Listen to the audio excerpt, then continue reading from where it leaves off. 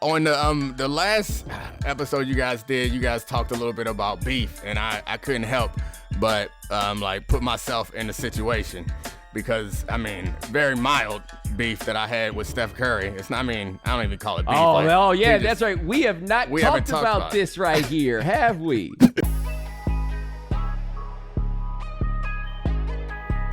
Ladies and gentlemen, welcome to The Right Time. My name is Bomani Jones. Thanks for listening wherever you get your podcast. Thanks for watching on YouTube. Rate us, review us, give us 5 stars. You only give us 4 stars. I'm inclined to believe you are a hater. It is Foxworth Friday. Domonique Foxworth, what's going on?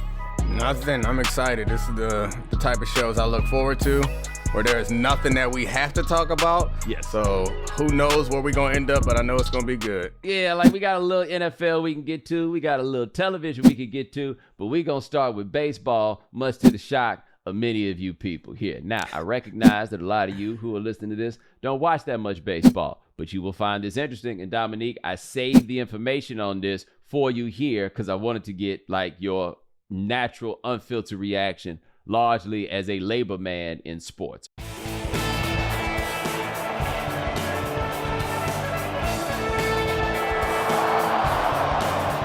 So it's a dude named Freddie Freeman, and those of you who don't watch baseball, no, he does not look like you think, right? He looked like a baseball player, shall we say, in this day and age. So Freddie Freeman played for the Braves for a very long time, right? He's basically was approaching Chipper Jones level of the Braves pantheon, just a step short of Hank Aaron before this day. A real big deal. They just won the World Series, and he was a free agent at the end of the World Series season. He now plays for the Dodgers, and the Dodgers came to Atlanta, and they did the whole ring presentation, and Freddie Freeman is basically Mr. Brave, right? So they gave him the ring. They did the whole thing. He's crying. The fans are giving him all the love and everything else. And after the game, Clayton Kershaw, reporters asked him about it, and he was just like, maybe once Freddie, we got a pretty special team here, and once Freddie gets comfortable, he'll like it here too. I don't even know if he was being salty about it. I thought that was the nicest way to put it because it's clear that this dude, Freddie Freeman, wishes he still played for Atlanta. Domonique, this is how it played out. Freddie Freeman apparently has just fired his agents, right? So he signed this big deal with the Dodgers. He seems to want to be with the Braves. He's playing well for the Dodgers, just to be clear, but there's something in the air, obviously. So what had happened was his agent ran this negotiation strategy with the Braves at one point where he handed them 2 contract offers and said, you got an hour, right?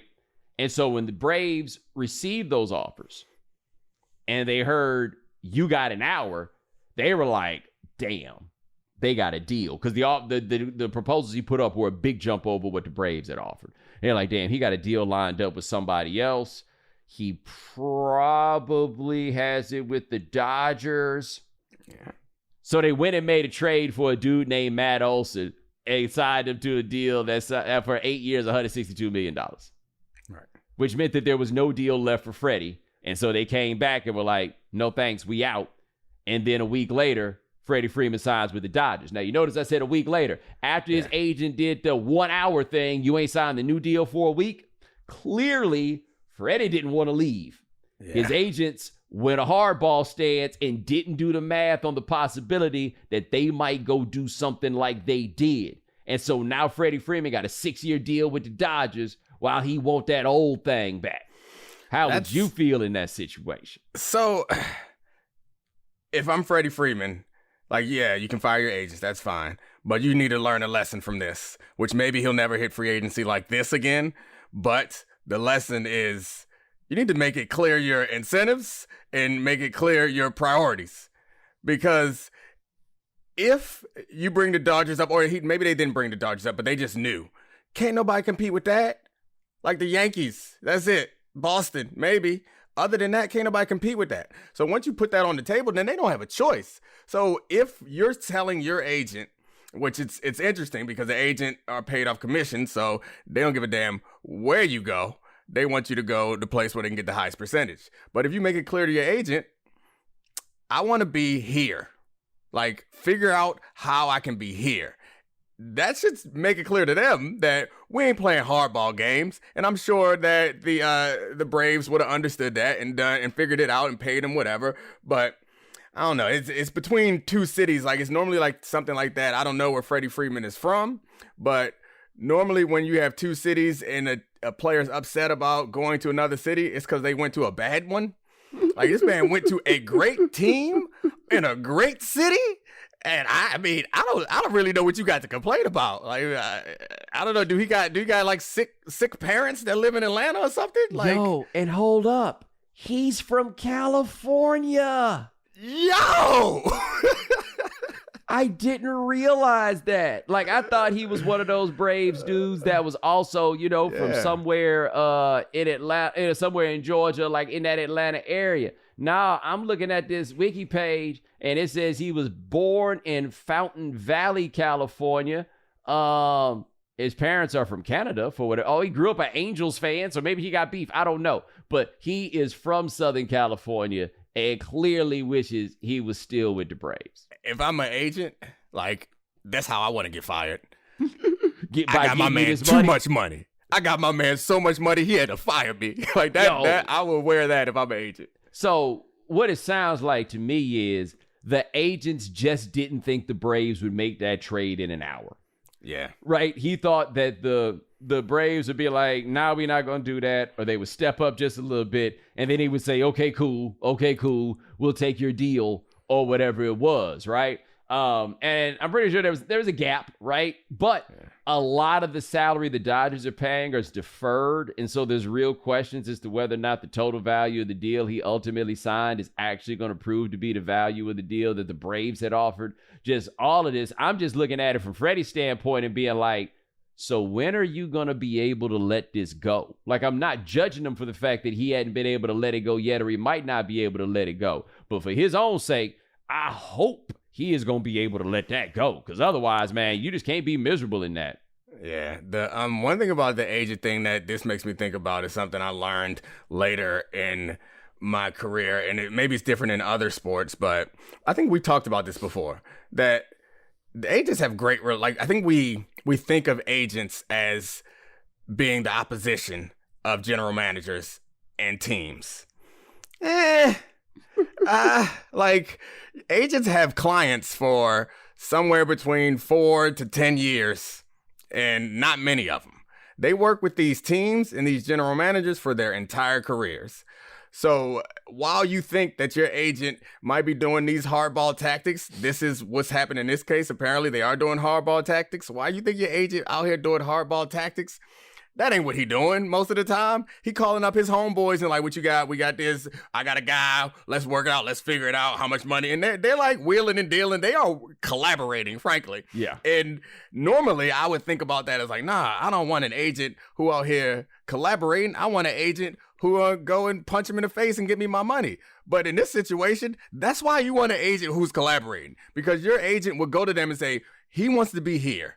Let's figure out this money. This is where he wants to be. And he don't have to pull this foolishness. I'm sorry, I let you go in a second, but like, I actually had a lot of experience like negotiating and read books and taking classes and like really appreciate and understand negotiations. And most of the time, people think of negotiations. I think the fault of many people who get in negotiations is they think of negotiations as these type of tactics. That ain't negotiations. That's like good for TV or whatever. It makes you feel tough. Like, negotiations is about the amount of leverage that you can create, which is based on your best alternative, if you have a legitimate alternative. And in this case, it seemed like they had an alternative that was a little too damn legitimate, because the Braves like, oh, we lost this negotiation. Let's go find somebody else. Yeah, like, the thing about your agent playing hardball is you are the hardball. Right? Like, they can only really play hardball based on how much juice is on your fastball.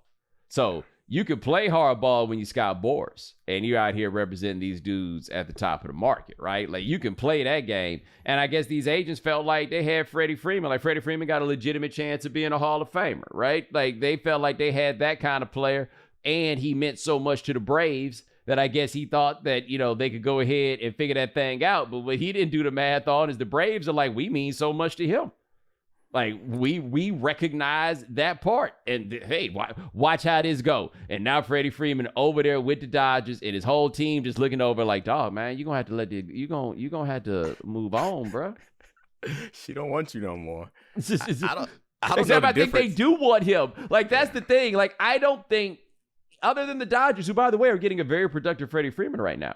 I just don't think that anybody is happy with the way that it ended. And that's kind of the worst thing about this story. When I look at it is, who's the winner? And I can't find one. Yeah, his contract is big. What I see 162 over 6. That's a nice contract. I don't know what that compares to the replacement he got there, because that would be the question to me. It's like, how much money is he gaining by going to a place that he doesn't want to be? And is it worth it? And most of the time when you talk about this type of money, it ain't never worth it. You know, like I'm sure they were going to give him at least 130, 110, 120. That the delta there is not worth it to go to somewhere that you don't want to be, I would say. Yeah, then also you mind it with the thing when the MLBPA gets involved, because you know this. Yeah. They are not letting nobody take less money unless they got one hell of a reason. They're like, yo, all boats, rising tide, dig, dig, dig.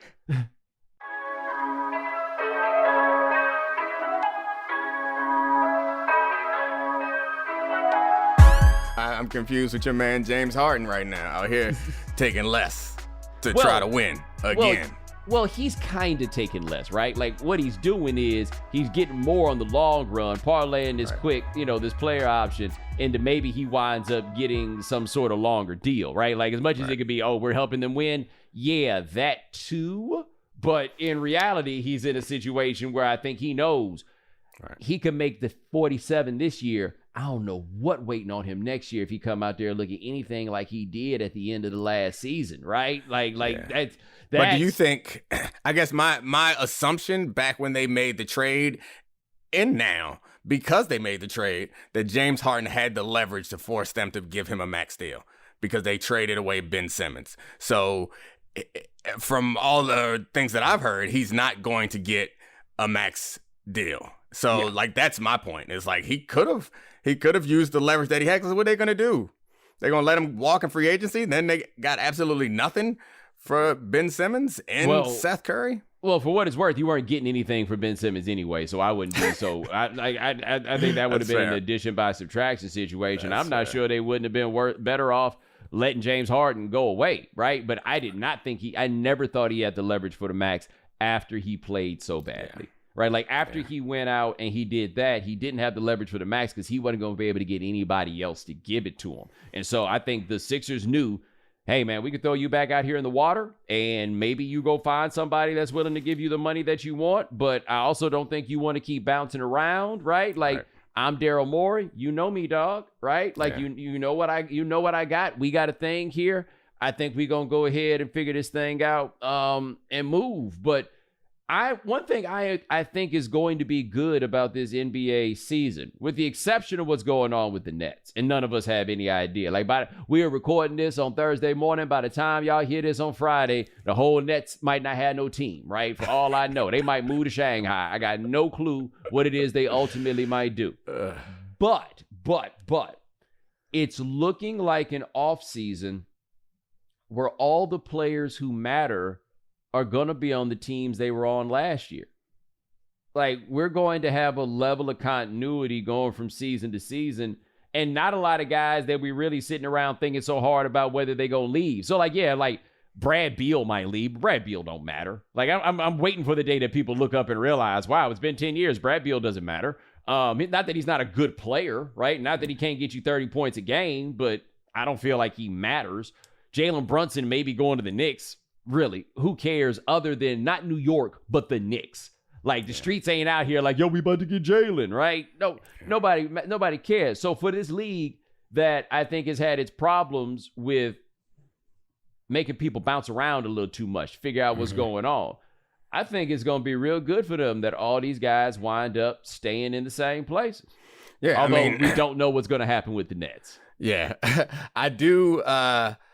I'm a proponent of player freedom and player power, but from a union standpoint or whatever, and a former player standpoint, but from a fan, like, yeah, I like to get to know teams. I like players in the same places. Like, I can't deny that all the movement gives us something to talk about in the offseason. It makes the NBA fun in the offseason, but it don't make me want to watch more games.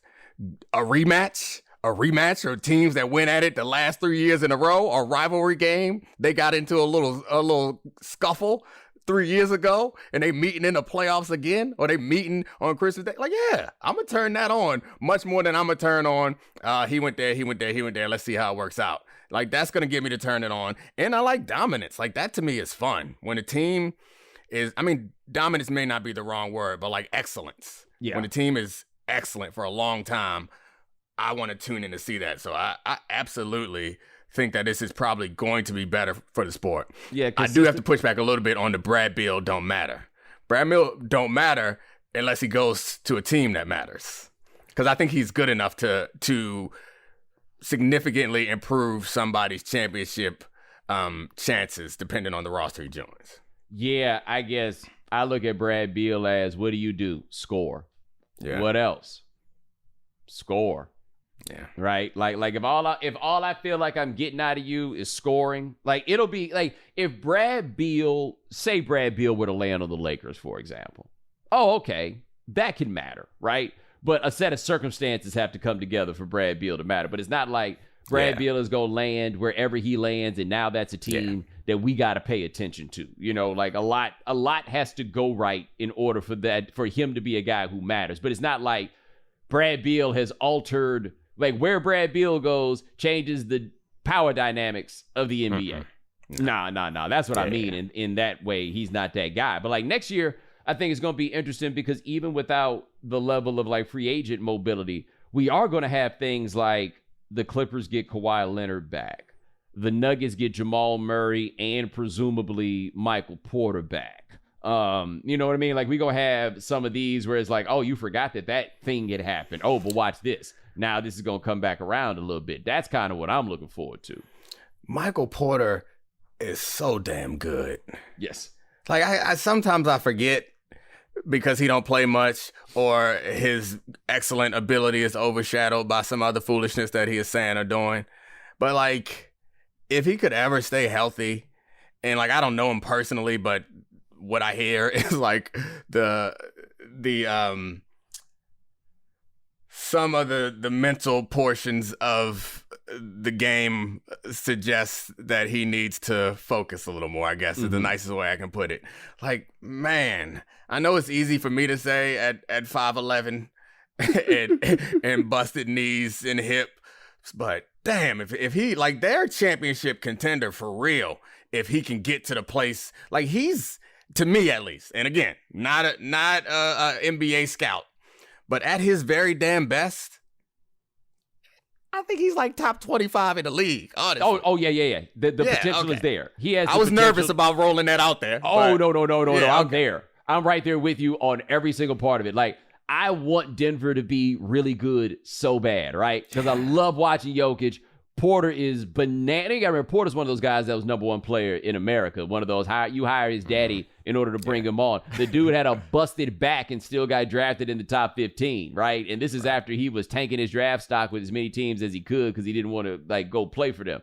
He's that guy if he can get it right. And so if Murray can come back off the ACL, which presumably he can. It's not at his age especially, it's not a death sentence injury. Like, if he comes back and they get the Porter thing going while they got my man down there making it happen, I don't necessarily know who they gonna guard, which is the biggest issue, but I just need Michael Porter to get it together just so we can see what that can be, because it could be kind of incredible. And I would like to note that if Kevin Durant, for whatever reason, decided that he did not want to play for Brooklyn anymore, I always feel like Denver's a team that could put together some form of package. And if they did, can you imagine if you had Kevin Durant and Jokic on the same squad? I know Kevin Durant would like living in Denver. I know he would. I would.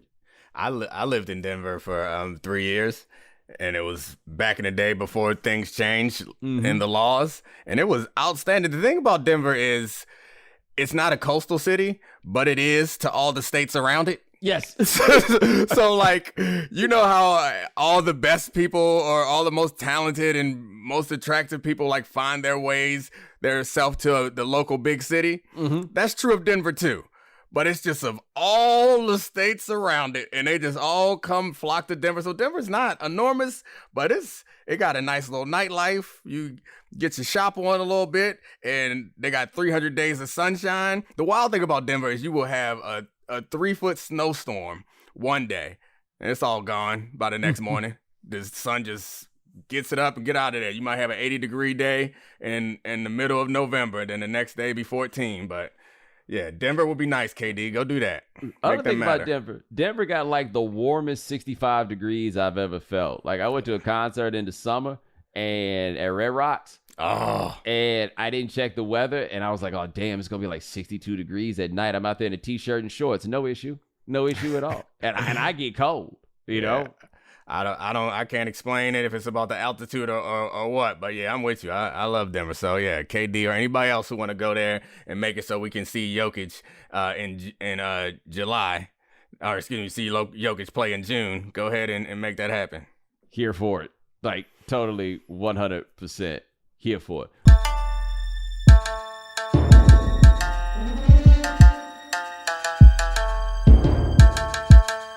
On the last episode you guys did, you guys talked a little bit about beef, and I couldn't help but like put myself in the situation because very mild beef that I had with Steph Curry. It's not. I don't even call it beef. That's right. We have not talked about this right here, have we? We have not talked about the zeros. You let them get you hyped up. That's what that looked like. I can tell everybody got a little carried away.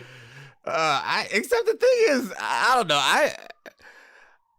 I have been uncomfortable before. Like when Poyer, the safety for the Bills, came after me after I said some stuff about the Bills fans. Like I was a little bit uncomfortable with that because for a number of reasons. But anyway, I was a little bit uncomfortable with that. The Steph Curry thing was a celebration for me. I woke up the next morning and Steph Curry calling me out, Draymond calling me out on his podcast about basketball-related things. Like, that to me was not annoying. That was pretty fun. It's pretty cool. I don't have no regrets about that whatsoever. It was pretty fun. And to the funniest thing is, I guess, I don't do a whole lot of tweeting anymore. Like, sometimes I'll go like a Twitter storm when I'm watching something, but generally I read, I don't participate, so I don't get much replies. I got a lot of replies after that. And y'all crazy, man. Y'all, like, I appreciate that y'all are crazy because that's the reason why we can do this. Like, that's the reason why I could play football, because y'all crazy. And the reason why I could talk about football is because y'all crazy. But, like, it seemed very clear to me that Steph Curry was not actually offended, that he was just talking trash. And it was, like, fun, and he dunked on me because he got a championship, and more power to him. I was happy for him. Like, it was great. Like, I didn't have a problem with it. But some of y'all got your identity tied up in this to a degree that is not healthy, to the point where you come into me calling me all types of names and demanding I apologize. For what? For making a completely reasonable take at the time? And even if it was unreasonable, for doubting Steph Curry? He needs more people to believe in him. Like, all of Oakland and San Francisco believes in him. His beautiful mother and beautiful father believe in him. His wife and children believe in him. Y'all believe in him. Why? Marcus Spears in that very damn segment believed in him. Why do y'all think I owe this man an apology for giving a take, by the way, that everyone would have agreed with before the playoffs started this year? But all of a sudden, because I made an O around my eye, I owe Steph Curry an apology. Y'all First of all, play the music right fast.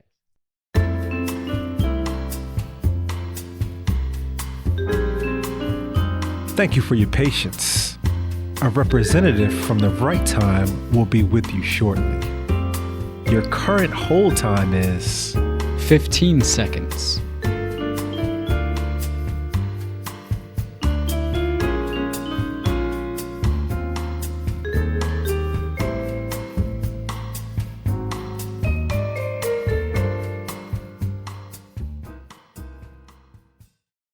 Yeah, I know you. I don't know if you realize you did that. You know what I'm saying? Man. I just wanted to make that point. But yeah, no, I demand you apologize. People are the wildest. Like if I say something personal, then yeah, I need to apologize for it, right? Like you saw Draymond apologize for calling Kendrick Perkins a coon, right? Yeah. Like that's something that you apologize for. Right. I thought this thing and it did not happen is not. I told you about this before, man. All these people get so offended by somebody doubting them. Who the f- are you, right? Like, who are you that you are above being doubted? How dare somebody doubt me? You mad that somebody doubting you because you doubt yourself every day. And that's the reason why that hits you, is they saying the same things that you saying to yourself. Okay, cool. But with Steph especially, because he's like everybody's little brother to a degree. So it's almost like everybody feels like they got to come out here and they got to ride for him. And no compliment that you give him is ever good enough. But a lot of things also, like they won the championship and that's how it goes. But a lot of things had to break right in order for that to happen, right? They were not this unstoppable juggernaut in the course of the postseason. They won a title and they deserved the title and everything else. But no, man, wasn't nothing insulting about thinking 2-3 years ago that this was not gonna go down. There was nothing there. But now I think people love the idea of having the upper hand on the people who are the so-called experts, right? Like we see a nationwide pushback against expertise. We are proxies for expertise. And so when we don't get it right, you get all these people. But you're right, boy. It was you. Like, it wasn't like you was the only one with a 0 up there. I felt like you took the brunt you took it for the whole team. Yeah, I don't get it. I think that you're right about the pushing back on experts and I don't even mind when fans like dunk on me or try to like, because I'm wrong. Like, it's all in good fun. Like when I play video games with my friends or play basketball with my friends, though these people aren't my friends, like we got some sort of relationship, I talk trash to them and it's playful. At no point do I call them MFers and demand that they apologize to me because they thought they could score more FIFA goals than I could. Like, to me, it's just such an outrageous leap. And I think when we do this stuff as much as we do, we're going to get things wrong. And also, we're occasionally going to go too far. Mm-hmm. And when we do that, I 100% am in favor of apologizing because you've gone too far. But when you just was wrong, like, what am I saying? Sorry, I don't know. It confused the hell out of me. It doesn't bother me. It's just like, I don't know if that the level of anger that they have towards so-called experts, as they call us, is just it's concerning. Yeah. But I tell you this, boy, I come back at you regular. Where are you now when some of these things happen? I've told you the story about that time the Falcons went to the Super Bowl and that dude tried to say something slick to me at Big Pink in Miami, and I stopped and I told him, and I was like, yeah, they gonna break your heart like they always break your heart. And then they broke his heart, and I ain't heard from that dude yet. He got access to me, I'm sure. Not one time has he said anything to me about, damn, Bomani, you tried to help me or whatever it is, but I'll come find you. Like, them Lakers fans, when the Lakers won that championship and they came for me, okay, I gave them a little back, but I ain't gonna lie, I don't know if you saw this the other day. I had to go find this. It didn't come up incidentally. I went and looked for it. There was a quote when they started last season at one of the press availabilities, and it asked LeBron about making it work with Russell Westbrook, and he was like, I always do. And I was like, well, did you make it work with your homeboy when you had to trade him back to Miami? You remember that? And people were like, well, that Dwayne Wade, that wasn't the same as Russell Westbrook now. And I said, Russell Westbrook is better in the box score than he is on the court, and you're going to find that out. And then you saw how everything went this year with Russell Westbrook, because all them people just swore I'm a Laker hater and die. Where are you now? Right? A whole lot of them and everything and all. You just hate LeBron, which is so wild to me that they think this. But all that, where are you now? Like, on those, when I'm willing to go stand, that's the thing. When I'm willing to go stand out on a ledge on this one, right, I'll take the risk and get it right. Oh, no, I'm coming to demand some props from not everybody, specific people. I got to give some credit to the Dolphins fans, because they are, in my view, the most sensitive fan base in football right now. But I came after them back when they were tanking, and Dolphins fans filled up my mentions with all type of hate.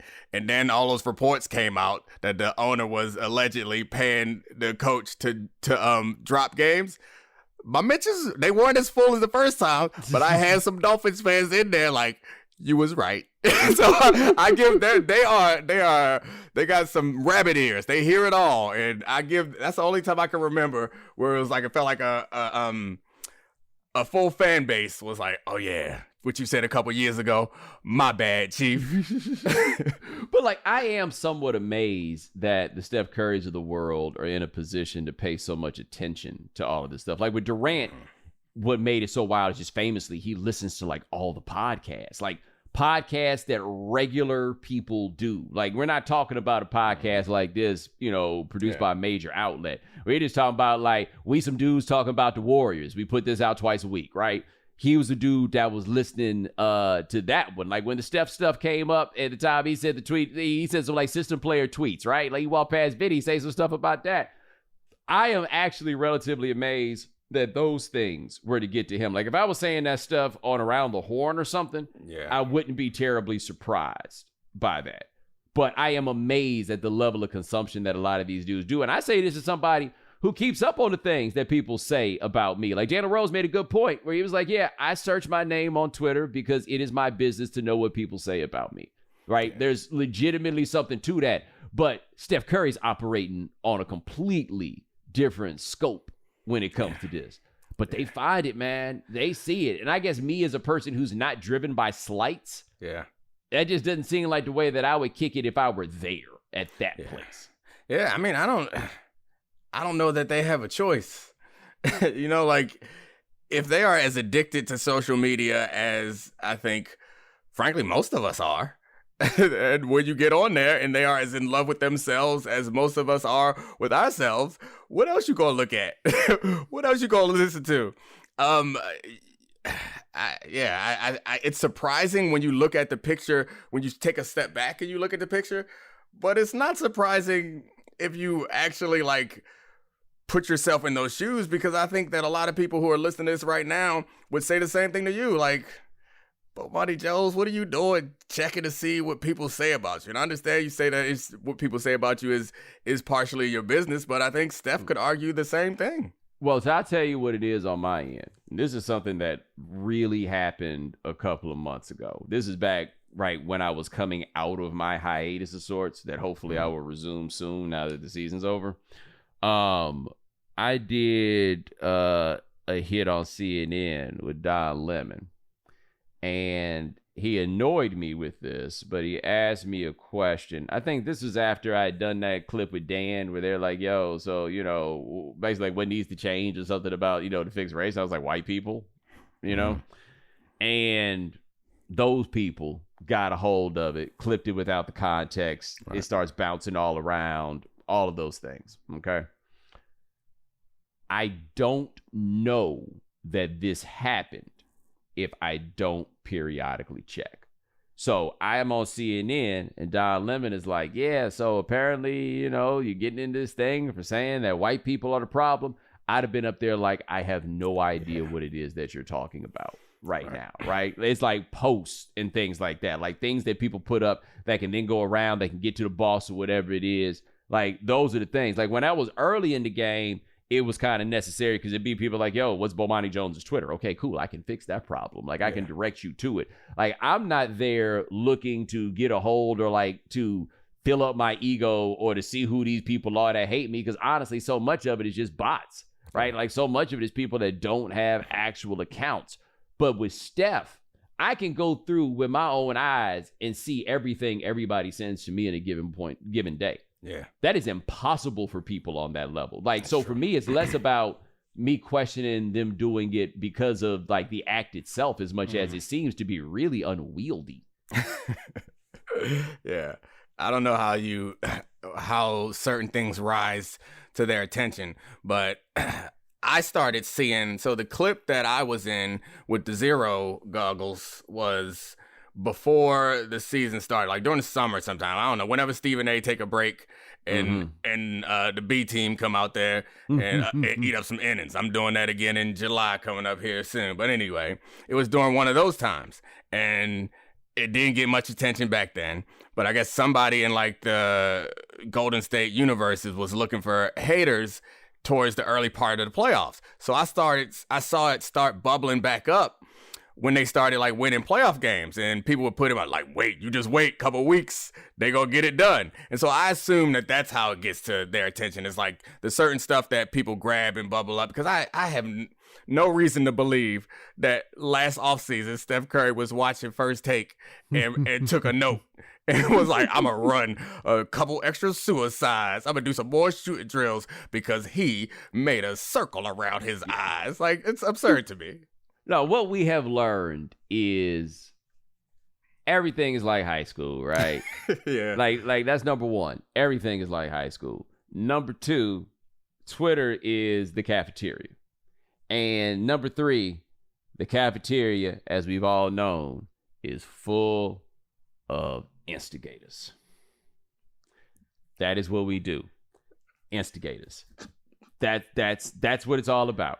And these herbs are just full-on instigators at every turn, just trying to, like, you know how I feel about the snitch tag, right? Yeah. Like when the people decide they going bad. to, have this back and forth with you, and they going to put this other person in it, and I just block them all immediately, right? Because I don't believe in what you stand for. So it is just all instigators, just trying to find a way to make this thing crack.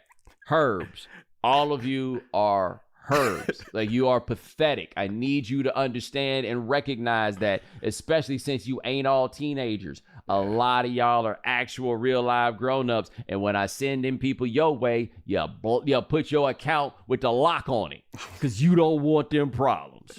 Yeah, I remember, like, it was a couple years ago, there was this HP commercial, like computer commercial, that was playing during NFL games, and it was like a teacher who was rapping. His bars was weak. So I made a little joke about it. Somebody added this man. And then I'm like, I'm sorry, bro. Like, the shit was whack, but I mean, I understood. Like, the company probably ain't want you to put your hottest stuff out there. I feel you, whatever. But, like, it was just uncomfortable and weird. It was like, what'd you do that for? Like, you didn't improve anything. You just hurt this man's feelings. That's exactly the part that I was going to say. Yeah. You're just hurting these people's feelings, right? Like, why are you putting them in that position? Why are you asking? Like, why are y'all like this? That's all I'm trying to figure out is, why are y'all like this? They are, I think to Draymond's point generally is like media is changing, which I'm not sure that's true. I'm not sure it's true. I don't think it is that much. Like, he has become old media faster than anybody can believe. Like, he's doing all the stuff, including calling Kendrick Perkins names. All the things that he complains about old media doing, he is now doing. Like, he hops in and he says things that you said, frankly. It's like he came out, it was like, yeah, Steph, he couldn't get a basket anytime he needed it. Like, all you doing is old media stuff. And the only difference between you and any of us is that you are on the floor every now and then. But the content that he's producing or providing is the same as what we're making, just from a different perspective. Like, it's nothing new about it. My man Nick has been killing him. He made a great point about this. He was like, Draymond's having to go back and recycle old stuff. It's like he's getting in here and realizing this job is a bit harder than you thought it was. Like that's a big part of it. Like, if you decide that you're going to do this, and I think you saw this too, like when you get into the 5-day-a-week part of this, cranking out this content and being able to have an eye for what makes for better content, it ain't necessarily easy. And you got to have angles and you got to have levels. And so Nick was just like, hey, man, you out here back to talking about the same stuff, right? Like, you're going back to the same beats. Yeah, doing this isn't as easy as it looks. Like, you're looking like old media right now. And I think Draymond's a dude that is ultimately going to get good at this and figure it out, because he ultimately wants to. But he's really into this podcast that he has. He really, really likes it. And I can't see how that doesn't ultimately turn into a problem, especially as his play continues to decline, which there's no reason to think that it won't continue to decline, as it has been declining for 6 years. Yeah, I mean, to to break a paradigm is what he's suggesting that he and I guess Kevin Durant, other guys who like have podcasts while they're doing are like breaking the paradigm, which I don't think that they are. But in order to do that, you got to be like really special or like way ahead of a curve or anticipate some sort of shift in the environment that no one else anticipated. Otherwise, like the gears of the machine are going to make you fit the machine more than you're going to break the machine. So like if you do this every day, yeah, and nothing's wrong with that. Nothing's wrong with like conforming and being your version. You can be successful doing that, but I'm still waiting for the new part, like the new part. And there is some value that we can't provide because he is so close to it. Like that's true. But being so close to it, like there's a pro and a con to everything. I think it's something that I always try to remember. Whenever something good happens, like there is going to be a price that someone has to pay. And the pro of us getting that close is that the coverage is going to be biased. And we can give, and people like us can give a different perspective that is unbiased. But fundamentally, what he's doing is it's cool because he walks right. I mean, I can't argue that it's not cool to walk right off the playoff floor and then do a podcast. Like, yeah, that's interesting. But it ain't different. It ain't brand new. It's just that other people were watching the game. You played in it. You ain't doing nothing that's special. Nah, and here's what they gonna learn too. They gonna get a lot more respect for Chuck. Chuck is the one dude that's just like, yeah, I came into the game better than all them dudes. Because I think the Draymond looks at this like, I'm gonna come in. I don't blame these guys necessarily because I didn't fully understand this industry and this job until I got into it and started doing it more. But hey, man, these cats that do this, by and large, are really, really good at this. Yeah. Really, really good. And I think it's a few of them dudes that be out here like, yeah, well, I got a degree in journalism. Okay, if I go get a degree in basketball, that don't mean I'm about to be out here playing in the NBA. You know, like this, the levels that they trying to compete at, they trying to compete with what is, in effect, the NBA. And I wish them the best, right? There's no reason for me to want. And I personally, like working at this company, I love seeing it when the former athletes come in and watching cats get better, right? Yeah. Like all those NFL Live folks, like I really enjoy watching and being like, yo, they in there. Perk has gotten so much better in like the last 2 years. Like I really like watching dudes, and most of them, like with Perk, I know the NFL Live dudes, like Perk, I don't know. But like I legitimately like watching somebody that I know takes this seriously and gets better and gets better and gets better. And I wonder when Draymond, who seems to be a guy that always wants to get better, he gonna figure that out. He gonna get to August and be like, damn, what exactly is it that I'm supposed to be over here talking about? Because that's how we feel. You're gonna be calling up your celebrity friends. Yeah. The point you're making about, so like if we are being critical of them, like I'm completely fine with people also in them being critical of us. Like that does not make me uncomfortable. But the point that you're making is interesting. The same way that like I don't understand all the nuances of post footwork or whatever. And I may not be able to break down all the lapses in defense that are happening. Like the same, I'm not arguing that what we're doing is as difficult, but like I did not appreciate, and we've talked about this before, I did not appreciate how freaking talented Stephen A is until I actually like worked with him. Not even watched him.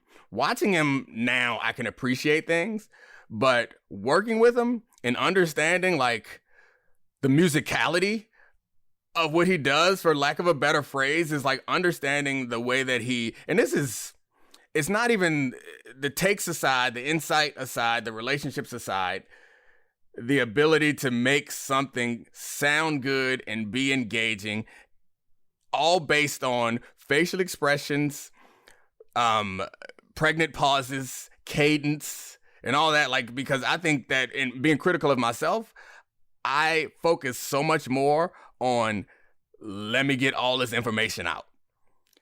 That is such a mistake. I catch myself doing this all the time where I'm like making 2 and 3 points in one go, which is like, that ain't what they here for. They here for one good entertaining point. Let somebody else talk. Right. Break that thing down to death. Like in a similar vein on that, because, you know, he gets on there with Chris Russo on Wednesdays. Mm-hmm. And I admit I have, like, I don't know if I want to call it head trash or Russo, but there are things with me or Russo that are not his fault. Like, for example, let me try to get on TV or the radio sounding like that and think anybody going to treat me as an expert anywhere. That's not Chris Russo's fault. Yeah. You know what I'm saying? However, it's hard for me to not think that sometimes when I see him. But watching him on Wednesdays with Stephen A., and sometimes they just get a little louder than I would personally prefer. But I get it now with Russo, right? Like, I didn't quite grasp and understand what it is. Like, no, this dude's really good at this, right? Yeah. It's a different kind of really good, right? Like, it's expertise that doesn't sound like it's expertise in this crazy historical knowledge, but it's like, oh, okay, I see what's going on here, right? Mm-hmm.